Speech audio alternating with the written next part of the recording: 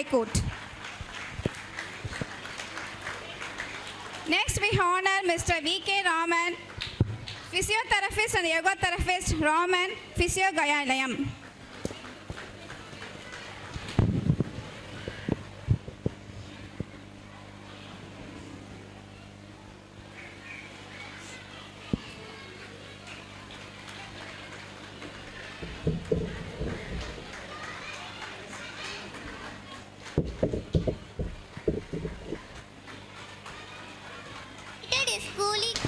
Water bottle வந்து யார்கிட்ட கொடுத்து விட்ருங்களேன். நான் கீழே உட்காரோம்ல அங்கே. Check.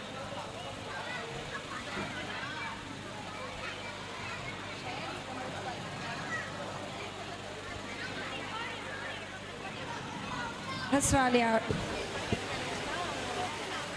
Hello.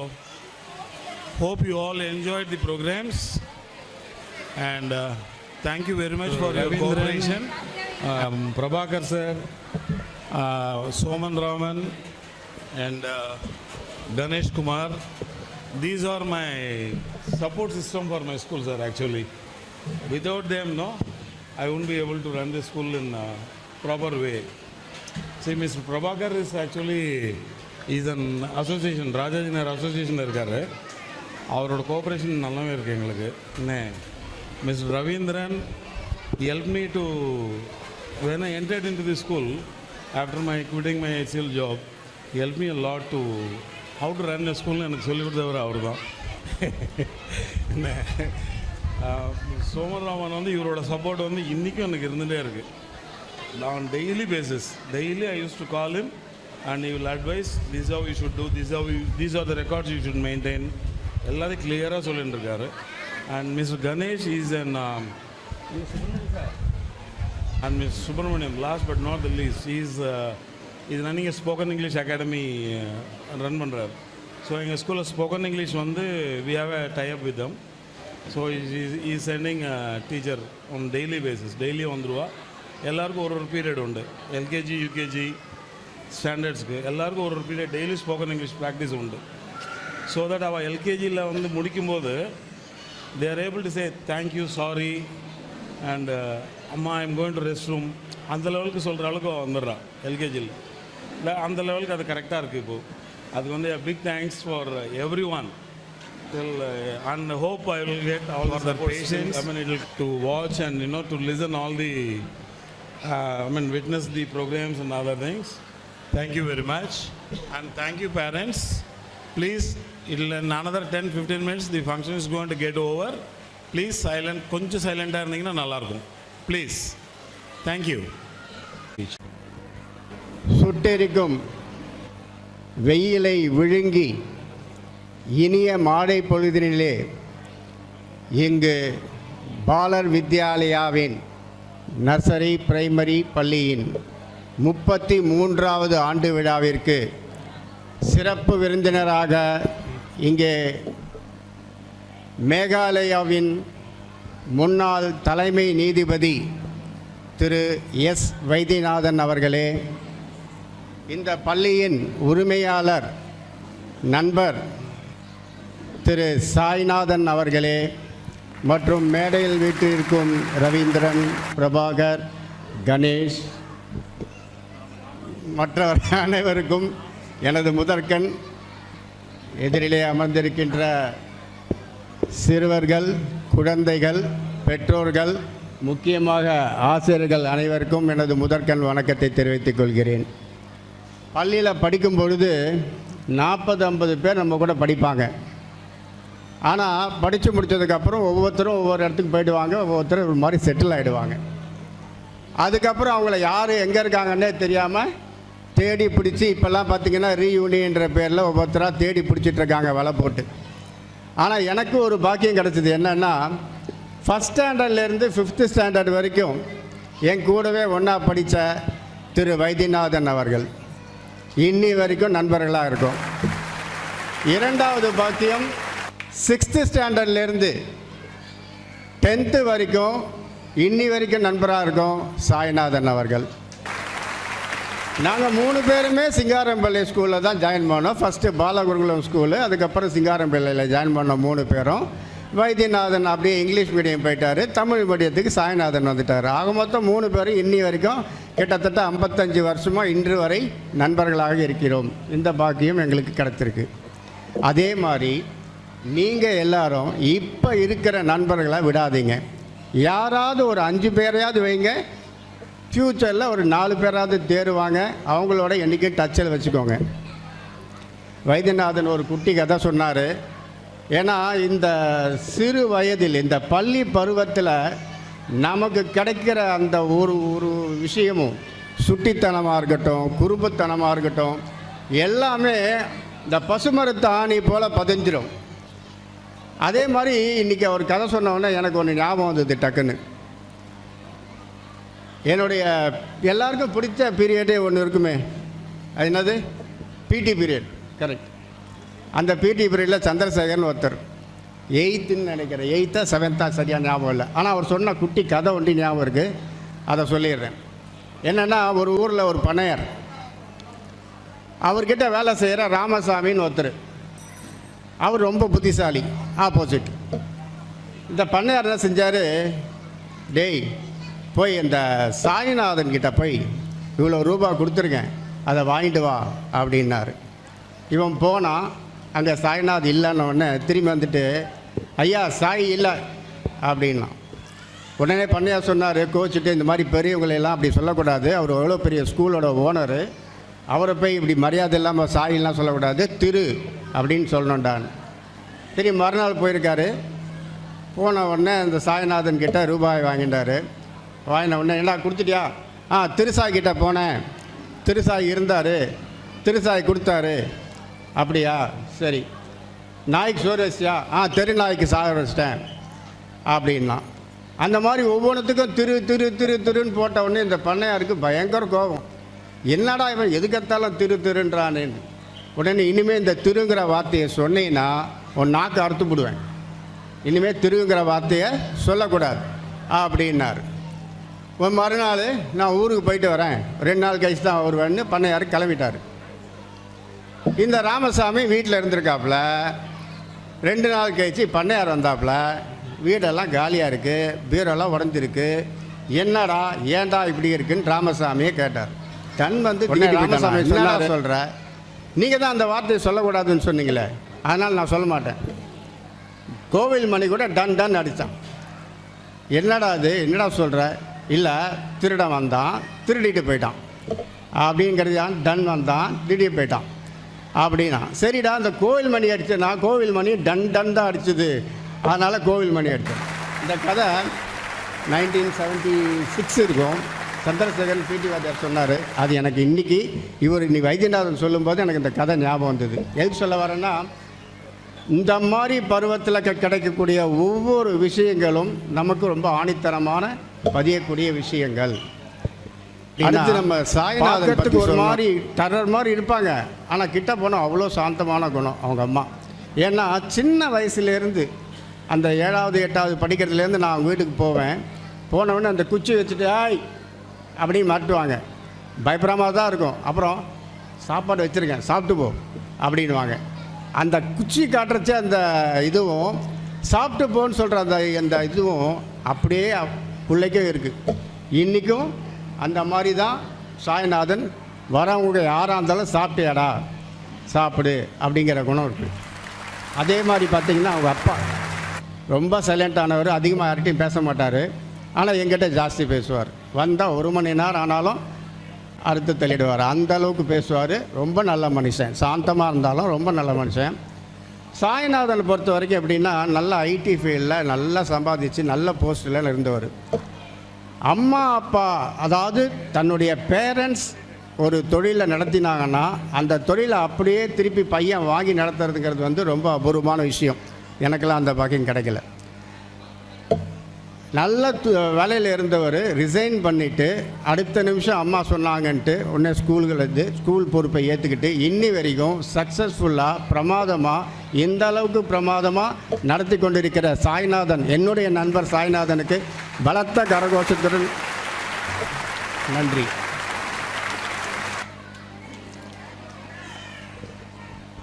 வந்து நடத்தி கொண்டிருக்கின்ற அதே சாய்நாத் அவர்கள் அடுத்த முறை எங்களை அழைக்கும் பொழுது பாலர் வித்யாலயா ஹையர் செகண்டரி ஸ்கூல் என்று அழைக்குமாறு இருக்கணும்.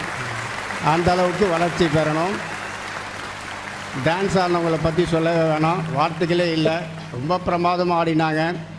இது வந்து பசங்க ஆடுற டான்ஸ் தானா இல்லை ஏதோ ஒரு சினிமா ஷூட்டிங்கில் வந்து கோரியோகிராஃபி பண்ணுறதுக்கு அந்த அளவுக்கு பிரமாதமாக இருக்குது. ஏன்னா பசங்களுக்கு வந்து கோரியோகிராஃபி பண்ணி கொடுக்குறதுன்னு சாதாரண விஷயம் இல்லை. பெரியவங்களுக்கு வந்து சொல்லி கொடுத்தா ஒரு வாட்டி 4 வாட்டி ஆடிடுவாங்க, பண்ணிவிடுவாங்க. ஆனால் அந்த பசங்களை எந்த மாதிரி மூமெண்ட்டு கொடுத்தா அந்த பசங்க செய்வாங்கன்றதை புரிஞ்சு அவங்க அந்த கோரியோகிராஃபியை பண்ணியிருக்கிறது ரொம்ப பிரமாதம். அவங்களுக்கு என்னுடைய முதற்கண் வாழ்த்துக்களை தெரிவித்துக் கொள்கிறேன். ரொம்ப பிரமாதமாக. அதே மாதிரி வைத்தியநாதன் சொன்ன மாதிரி இங்கே எதிர்க்கு நின்று அவங்க கொடுத்த மூமெண்ட்டை பார்த்தா எனக்கே ஆடணும் போல இருந்தது. அவ்வளோ அருமையாக அந்த பையன் பொண்ணுங்களை ஆடினாங்க. ஸோ அவங்களுக்கு என்னுடைய வாழ்த்துக்களை தெரிவித்துக் கொள்கிறேன். மற்றபடி இங்கு படித்து கொண்டிருக்கும் அனைவருக்கும் ஒரு சின்ன கருத்து ஒண்டி சொல்லியிருக்கேன்.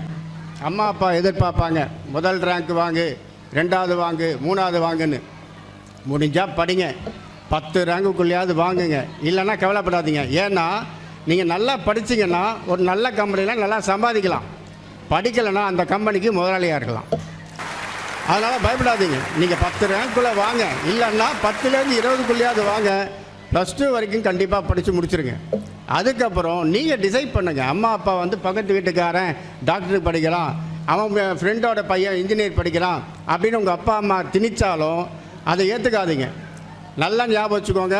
நீங்கள் 12வது படிக்கும் பொழுது உங்களுக்கு என்ன தோணுதோ அதை யோசிங்க. பெற்றோர்கள் அதுக்கு இடம் கொடுங்க. யாரையும் கம்பல் பண்ணாதீங்க. இனி இப்போ MBBS தான் படிக்கணும், நீ வந்து இன்ஜினியரிங் தான் படிக்கணும், நீ வந்து நம்ம வைத்தியநாதன் மாதிரி அட்வொகேட் ஆகி ஜட்ஜ் ஆகிடணும் அப்படின்லாம் நீங்கள் திணிக்காதீங்க. பசங்களை விடுங்க. நீங்கள் கண்டுபிடிங்க, அவங்கக்கிட்ட என்ன திறமை இருக்குன்னு கண்டுபிடிங்க. அதில் ஆக்டிவிட்டி என்னன்னு பார்த்து விடுங்க.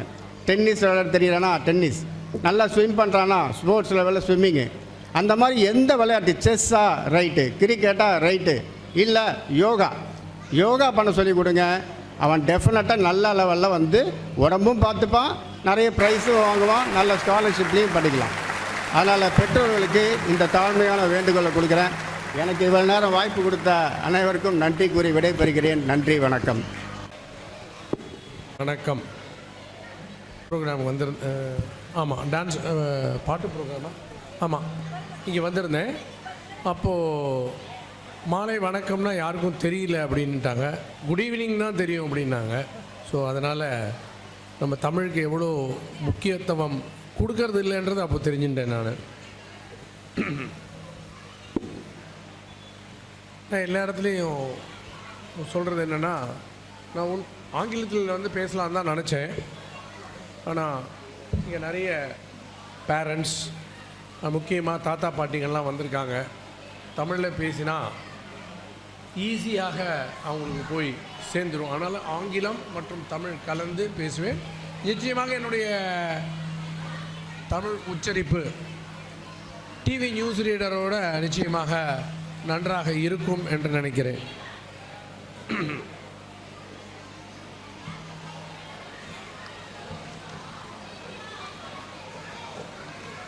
அஞ்சு நிமிஷத்துக்கு மேலே பேச மாட்டேன்.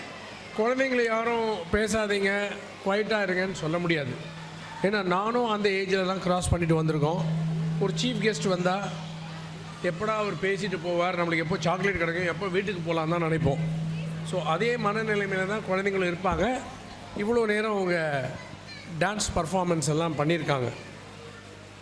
ஒவ்வொருத்தருடைய பர்ஃபார்மன்ஸ் சொல்கிறதுக்கு முன்னாடி நான் குழந்தைகளுக்கு சொல்ல வேண்டியதை சொல்லிவிட்டு ஒவ்வொருத்தருடைய பர்ஃபார்மன்ஸை பற்றி நான் சொல்ல விரும்புகிறேன். முக்கியமாக குழந்தைகளுக்கு வந்து ஆனஸ்டி பேரண்ட்ஸ் வந்து சொல்லி கொடுக்கணும். ஏன்னா அதாவது இன்பார்ன் குவாலிட்டி, அதாவது கவச குண்டலத்தோடு எப்படி கர்ணன் பிறந்தானோ அது மாதிரி தான் ஒவ்வொரு மனிதனும் ஜஸ்டிஸ் அண்ட் ஆனஸ்டியோடு பிறக்க வேண்டியவன் பிறந்திருக்கான். அது கொஞ்சம் கொஞ்சமாக வந்து நழுவி போய் கொண்டிருக்கிறது. அதனால் ஒன்று ரெண்டு சின்ன சின்ன கதை மட்டும் ரெண்டு லைனில் கதையை சொல்லிவிட்டு நான் மற்ற இதுக்கு போகிறேன். ஒரு சின்ன கிராமத்தில் ஒரு பையன் இருந்தான், அருண்னு வச்சுக்கோங்களேன். அவன் இருந்தான். அவன் பள்ளிக்கு போகிற வழியில், அவனும் ஏழை பையன்தான், போகிற வழியில் ஒரு பணப்பையை பார்க்குறான். அதில் பணம் நிறைய இருந்தது. நம்ம எடுத்துக்கலாம்னு நினச்சான். ஆனால் தனக்கு சொல்லிக் கொடுத்த ஆசிரியர் என்ன சொன்னான்றது ஞாபகம் வந்தது. நேர்மைதான் மிகப்பெரிய செல்வம் அப்படின்றான். உடனடியாக அந்த பணப்பையை எடுத்துக்கொண்டு போலீஸ் ஸ்டேஷனுக்கு கொண்டு போய் கொடுத்தான். போலீஸ் ஸ்டேஷன் வந்து அதை சம்மந்தப்பட்டவரை வர வச்சு அந்த பணப்பையை அனுப்புகிறாங்க, கொடுக்குறாங்க. அந்த நேர்மையை பாராட்டி அந்த குழந்தைக்கு தன்னால் முடிந்த படிப்பு செலவுகளை அவர் ஏற்றுக்கொள்கிறார். இது வந்து ஆனஸ்டி இருந்தால்தான் எப்பொழுதுமே வெற்றி தரும், நேர்மை எப்பொழுதும் வெற்றியை தரும் என்பது ஒரு சின்ன ஒரு கதை.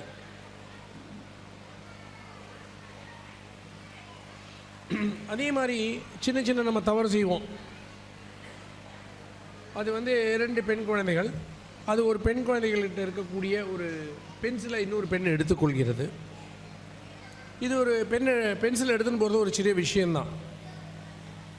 இருந்தாலும் அந்த எடுத்துக்கொண்ட பெண்ணுக்கு மனசாட்சி குத்தியது. காரணம் என்னவென்றால், அந்த தொலைத்த பெண் வந்து பென்சிலை தேடிட்டு இருந்தார். ஆசிரியர் சொன்னதுக்கு நடப்பு ஏற்ப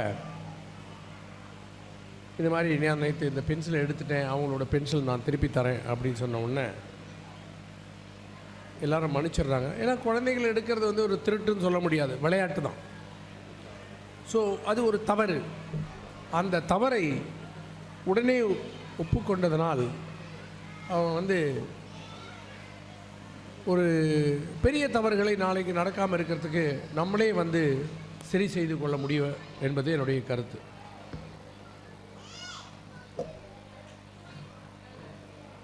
அடுத்தது, நான் நீதிபதியாக இருந்ததுனால சொல்கிறேன், எல்லோரும் சமம். இந்த பணக்காரன் ஏழையெல்லாம் கணக்கே கிடையாது. அதனால நீங்கள் ஸ்கூல்லலாம் பார்த்தீங்கன்னா எல்லோரும் வந்து யூனிஃபார்மில் வருவாங்க. அதனால் நீதிமன்றத்தில் போட்டிங்கன்னா, குழந்தைங்களுக்கு சொல்லணுன்னா இது பேரண்ட்ஸுக்கு சொல்லக்கூடியது.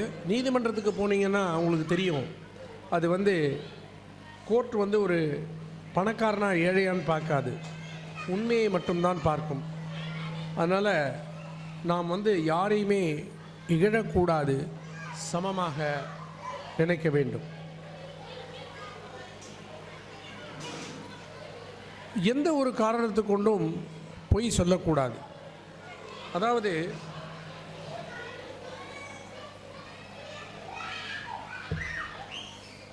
இன்கரெக்ட் அப்படி என்றதுக்கும் ஃபால்ஸ் என்பதற்கும் வித்தியாசம் இருக்கிறது. நான் எப்போவுமே வந்து எல்லார்ட்டையுமே சொல்லுவேன், ஃபால்ஸ் அப்படி என்ற ஒரு வார்த்தையை பயன்படுத்தாதீர்கள். அது வந்து ஒருத்தரை குற்ற உணவை தப்பு செஞ்சிட்டோம் அப்படின்னா, விளையாட்டாக பண்ணுறது கூட நீ வந்து ஃபால்ஸ், பொய் சொல்கிற. ஃபால்ஸ்னால் பொய், இன்கரெக்ட்னா தவறு. ஒரு பையன் வந்து ஹோம்ஒர்க் பண்ணல, வாத்தியார் வந்து கேட்கும்போது நான் ஹோம்ஒர்க் முடிச்சிட்டேன் அப்படின்னா, அப்புறம் வந்து செக் பண்ணும்போது பார்த்தா ஹோம்ஒர்க் முடிக்கலை. அப்போது வாத்தியார் சொல்கிறார், ஒரு பொய்யை சொல்வதற்கு மறைக்கதற்கு பல பொய்கள் சொல்ல வேண்டும் அப்படி என்று. நீங்கள் வந்து உண்மையை சொல்லி பாருங்களேன், நீங்கள் அது வந்து மனசில் வச்சுக்கவே வேண்டாம். பொய் சொன்னால் தான் நம்ம அன்றைக்கி என்ன சொன்னோம், ஏது சொன்னோம், எப்படி மறைக்கணும், எப்படி அதை ஓவர் கம் பண்ணணும் அப்படின்னு சொல்லி நம்மளுக்கு தோணும். அதனால் எந்த ஒரு காரணத்தை கொண்டும் குழந்தைகள் வந்து பொய் கூறக்கூடாது. பொய் என்றது எப்படின்னா, அது தவறு என்று தெரிந்தும் சொல்வது தான் பொய். தெரியாது சொல்கிறது நான் வந்து பொய்ன்னு சொல்ல மாட்டேன், அது incorrect statement. You must face. You become bigger than it and you take control of it. Always remember, challenges are given for a purpose. For you to become what you can become. அதனால் பகவான் கிருஷ்ணர் சொல்கிறபடி அவர்தான் வந்து நமது மனசாட்சி ஆவார். அதனால் அதுக்கு ஏற்ற மாதிரி நம்ம நடந்து கொள்ள வேண்டும். அதனால் எந்த ஒரு காலத்திலையும் பிரச்சனைகள் வந்தால் அதை நாம் பெரிதாக நினைத்து விடக்கூடாது. இதுதானே பிரச்சனை, நம்ம சமாளிச்சுடலாம் அப்படின்னு ஒரு நிலைமை வந்தால் தான் நமது வாழ்க்கையில் எப்படிப்பட்ட பிரச்சனைகள் வந்தாலும் நிச்சயமாக சால்வ் பண்ண முடியும். இது ஒன்று. ரெண்டாவது, அதுலேருந்து நான் உங்கள் மகாபாரதத்துலேருந்து இன்னொன்று சொல்கிறேன். நீங்கள் படிச்சிருப்பீங்க இல்லை கேட்டிருப்பீங்க. அதுவும் எண்ணங்களின் பிரதிநிதி, அதாவது பிரதிநிதித்துவமே மகாபாரதம். நம்ம மனசில் என்ன வருதோ அதுதான் மகாபாரதம். மகாபாரதத்தை திருதராஷ்டிரன் உங்களுக்கு எல்லாம் தெரிஞ்சிருக்கும். அவருக்கு கண்ணு தெரியாது, ஒரு குருடன். அது வந்து நமது மூளையை குறிக்கிறது. ஏனென்றால் மனிதன் என்றைக்குமே மாமியார் எல்லாரும் வந்திருப்பாங்க, அவங்க அம்மா அப்பாவும் வந்திருப்பாங்க. இது முக்கியமாக அவங்களுக்கு என்ன, குழந்தைங்களுக்கு 5வது கிளாஸ் வரையும் இருக்கிறதே ஒன்றும் இது புரியாது. இதுவும் மகாபாரதத்திலாம் யக்ஷனுக்கும் யுதிஷ்டரன், அதாவது தர்மனுக்கும் கேள்வி நடக்கும். அதாவது காட்டில் போயின்னு இருப்பாங்க, தண்ணி தாகம் எடுக்கும். சகாதேவன் ஒவ்வொருத்தரையும் அனுப்புவார். போய் குளத்தில் தண்ணி குடிக்க போவாங்க. தண்ணி குடிக்காது, நான் கேட்குற கேள்விக்கு பதில் சொல்லு அப்படின்னு. எங்கேயோ அசரீரி கேட்குறதே நம்ம குடிக்கலாம்னு சொல்லுவாங்க. 4 பேரும் தண்ணி குடித்து இறந்து விடுவாங்க. 4 பேரும் இறந்து விட்டதுனால தர்மர் வந்து வருவார். வந்தவுடனே 4 பேர் இறந்து போயிட்டாங்க, நம்மளும் தண்ணி குடித்து இறந்துடலாம்னு சொல்லி வர சமயத்தில் அப்போது அந்த யக்ஷன் கேட்பார், சொல்லுவார், நான் கேட்குற கேள்விக்கு பதில் கூறிவிட்டால் இவங்க 4 பேருக்கும் உயர்ப்பித்து தருகிறேன் அப்படின்னுவார். கிட்டத்தட்ட 100-120 கேள்விக்கு மேலே போகும், நிறைய இருக்குது. நான் அதுக்கு போல ஒரு 4-5 கேள்வி மட்டும் சொல்லிடுறேன். ஏன்னா we must respect our parents, அதுக்காக தான் நான் சொல்கிறேன். யக்ஷன் கேட்குறார், பூமியை விட வெயிட்டானது என்ன அப்படின்னு கேட்பார். தாய் அப்படின்னு சொல்லுவாங்க அந்த இடத்துல. பூமியை விட பலமானது எது அப்படின்னா தாய், வெயிட்டானது. Is heavier than earth.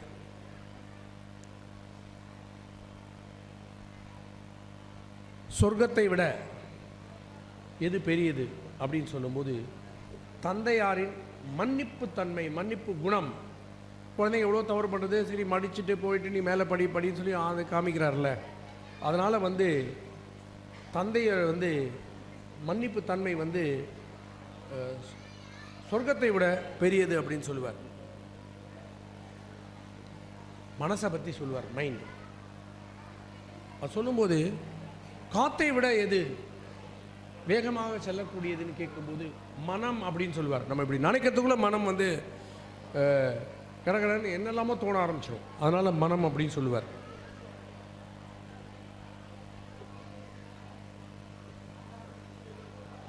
வெற்றி பாதைக்கு வழி என்னன்னு சொல்லும்போது உண்மைதான் வெற்றி பாதைக்கு வழி அப்படின்னு சொல்லுவார்.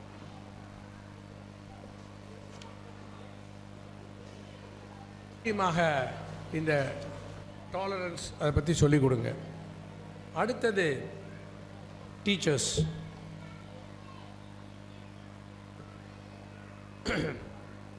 குரு பிரம்மா குரு விஷ்ணு குருதேவோ மகேஸ்வரா குரு சாட்சாத் பரம்பிரம்ம தஸ்மை ஸ்ரீ குருவே நமகன்னு சொல்லியிருக்காங்க. குருன்ற வார்த்தைக்கு என்ன தெரியுமா அர்த்தம்? One who removes a darkness. அதாவது குழந்தைகளுக்கு இருக்கக்கூடிய சந்தேகத்தை எல்லாம் நன்றாக தெளிவாற்றி கொடுப்பவர்கள் தான் ஒரு ஆசிரியர்கள். இப்போ இந்த இடத்துல வந்து பிரைமரி ஸ்கூல் ரொம்ப ரொம்ப இம்பார்ட்டண்ட். அந்த எல்கேஜி டு 5th ஸ்டாண்டர்டில் இருக்கக்கூடிய வேல்யூ பேஸ்ட் எஜுகேஷன் தான் நாளைக்கு இந்த குழந்தைகளை நல்லபடியாக வாழ்க்கையில் இருக்க வைக்கும், நாடும் நல்ல முன்னேற்றம் கிடைக்கும். அதனால் டீச்சர்ஸுடைய ரோல் இதில் முக்கியமாக இருக்குது. இந்த டான்ஸ் ப்ரோக்ராம்லேருந்து பார்த்தேன், பிரின்சிபல் சொன்னார், ஒரு ஸ்டூடெண்ட் வந்து ஸ்டேட் ஃபஸ்ட் எடுத்தார் 467. இந்த ஸ்கூலில் 5th வரலையும் படிச்சுட்டு வேறு ஸ்கூலில் படித்து 10th வந்து 467 ஸ்டேட் ஃபஸ்ட் எடுத்தார் அப்படின்னு சொன்னாங்க. நிறைய பேர் நிறைய படிச்சிருக்காங்க, பழைய மாணவர்கள்லாம் வந்திருக்காங்க. அது ரொம்ப சந்தோஷமாக இருக்குது. அதனால் வாழ்க்கையை வந்து நல்லபடியாக எடுத்து செல்ல வேண்டியது உங்களது கையில், நிம்மதி உங்கள் கையில். அதனால் எந்த ஒரு பிரச்சனையும் கொண்டு உங்களுடைய ப்ரெஷர், ஹஸ்பண்ட் அண்ட் ஒய்ஃப் 2 பேரும் வேலைக்கு போகலாம், உங்களுடைய ப்ரெஷரை வந்து எந்த ஒரு காரணத்தை கொண்டும் குழந்தைங்க மேலே திணிக்காதீங்க. நான் 24 மணி நேரம் நான் குழந்தையோட ஸ்பெண்ட் பண்ணணும்னு சொல்லலை, பண்ணவும் முடியாது.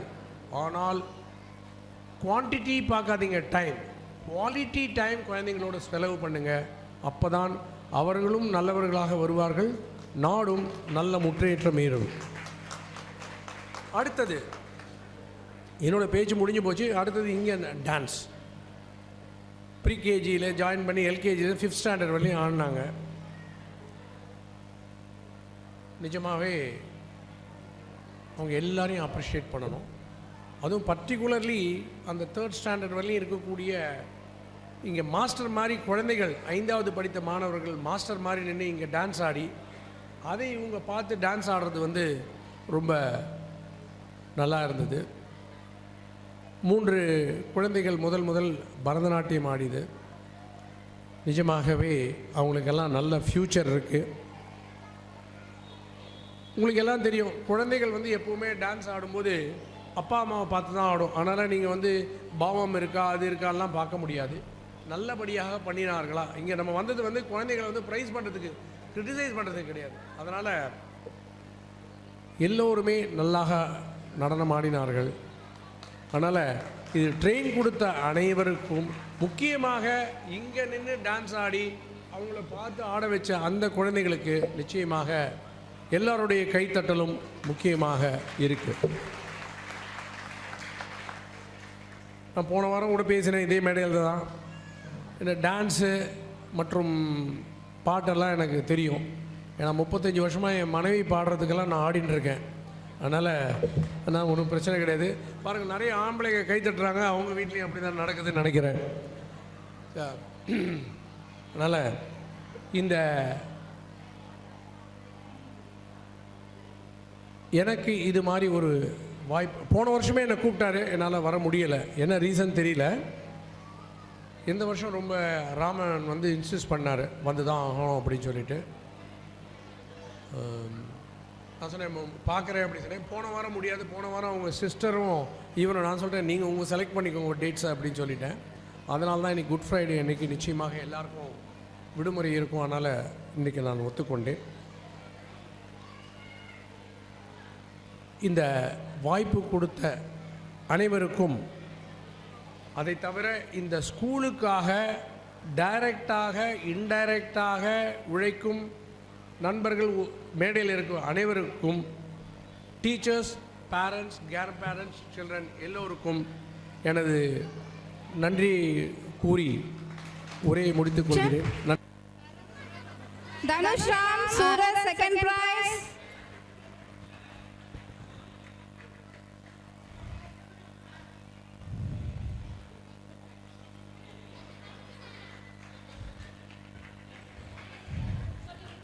Third prize Sri Regina Christeling.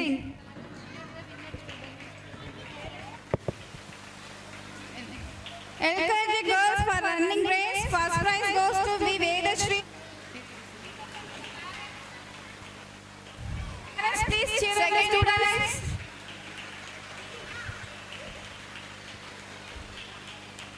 Third prize Ishita Mindi.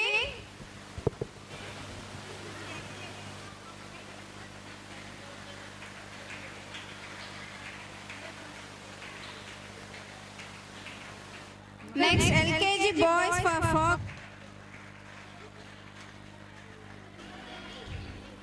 Next, Kali Shetty, second prize.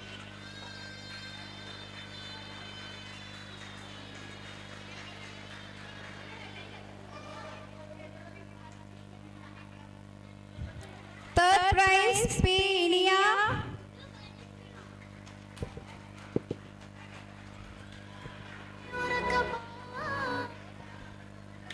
Next UKG boys for duck walk race. First prize K. Akhil.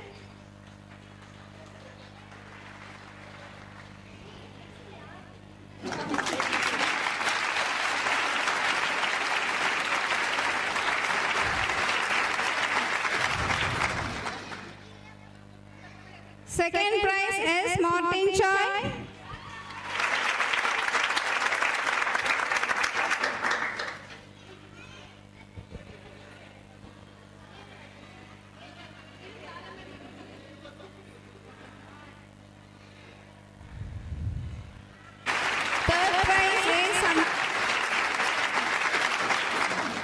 Next, first standard for book balancing race. First prize. First prize goes to S. Solomon Raja.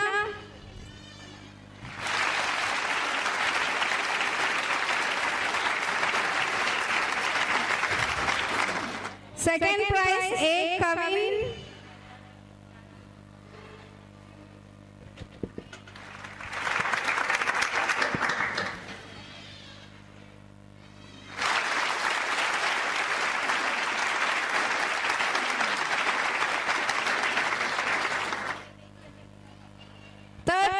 Avita Patra.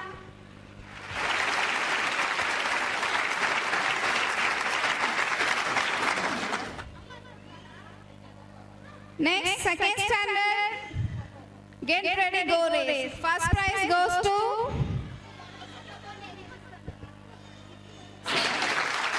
S. Emerald.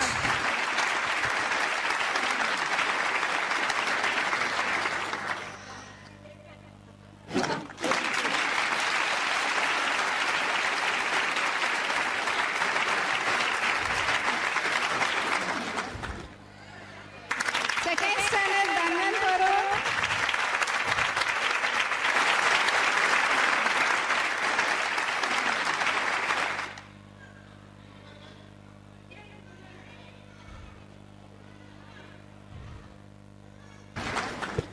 Third prize.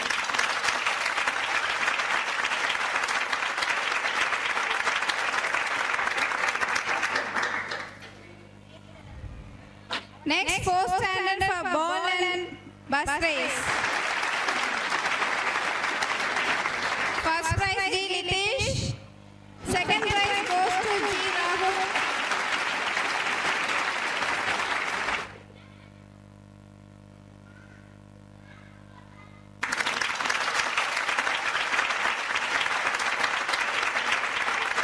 Third prize goes to L. Siola.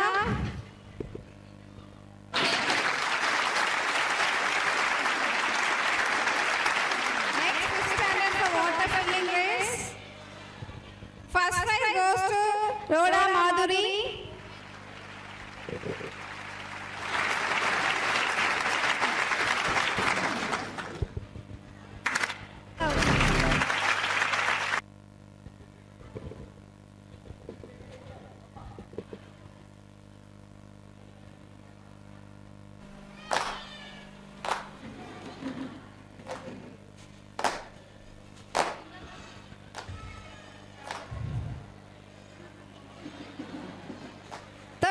Goes to S. Agnes Maria.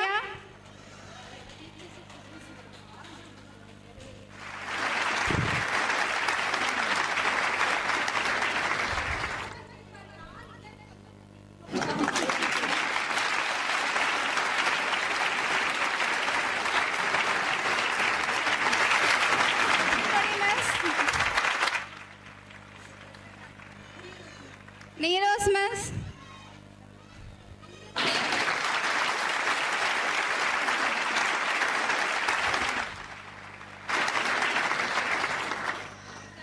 Prasanna Miss.